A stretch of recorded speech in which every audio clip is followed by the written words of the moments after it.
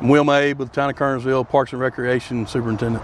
This tractor will be pretty much our ag tractor. What that means is we've got implements like pull behind rollers where we'll roll fields out. We've got power rake, things like that. We've got a land plane. So any kind of ag stuff we need, we'll do with this tractor. And then we've got another division where we got the turf. We needed a new flail mower. Our flail mower is getting old. It's time for it to be replaced. We need a new flail mower. We wanted to get something a little bit bigger because we've got lots of acreage that we have to mow, and we do it on a regular basis. Used to, we would mow them twice a year. We don't do that anymore. We mow them when they start getting high because we like for things to stay groomed. The other flail mower that we got is getting all the hours on it. It's time to be replaced.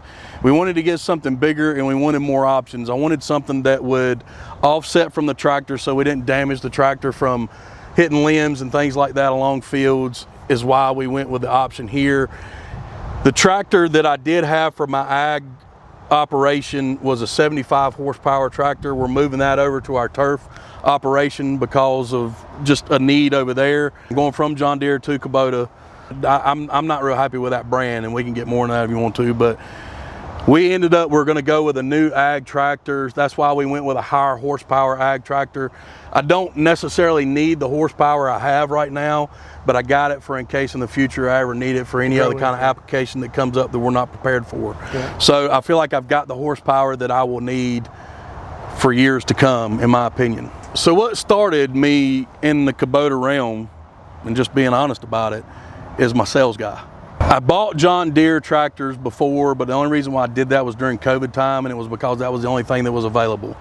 And I didn't know any otherwise. I didn't do a lot of research, and that's on me. But I just bought a John Deere because I thought a John Deere is what everybody's got. It's quality equipment is what I thought. So I didn't know a lot about Kubota. Obviously, I knew Kubota was there, but I know a lot about Kubota. The first Kubota stuff that we started looking at, I looked at it, just to be honest with you, because of Jacob, the salesperson. I knew Jacob worked and sold Kubota. I decided to talk to him about the brand. I'll be honest with you, the first Kubota tractor that we bought, L2502, something like that, that Kubota tractor we bought for our garden application at our botanical gardens. It's similar to the smaller John Deere tractor that we have on our turf side. I'm used to that smaller John Deere on the turf side. When we bought that smaller Kubota and I compared it amongst that one, that immediately sent me away from John Deere and made me want to buy a Kubota from that point forward. Because cosmetically, or however you want to put it, everything on a John Deere is plastic. The hoods, everything's plastic. It's not that way with Kubota. Kubota, in my opinion, is built more robust than the John Deere from what I've seen from my observation. I've not been happy with the mechanics of our John Deere either. We've had brake issues with the 75 horsepower John Deere. I don't like it. The PTO power has been suspect. With our other flail mower, where we would get really thick vegetation, I noticed that the RPMs would reduce drastically, that I wasn't real happy with. So I've just not been really happy with the John Deere stuff. We bought that smaller Kubota tractor, and then after that we bought a Kubota KX057 excavator. And just looking at that and been operating that piece of machinery, I've been just very pleased with the Kubota brand in general. I've been very happy with the service. I had an issue with my excavator with a hydraulic line. Your guy was out there in no time, brought another line, fixed it right away. Service has been impeccable. Obviously the sales have been great. Jacob always answers the phone when I call. Text, email, phone calls, he's always available. If he is on another phone call, he lets me know by text. He's gonna call me right back.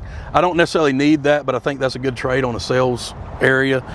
And I will say one of the most impressive things about Sync to me was I visited the dealership, I think when I was looking at this, and the owner came to me and said, "Thank you for my business." And that's unusual nowadays in today's world.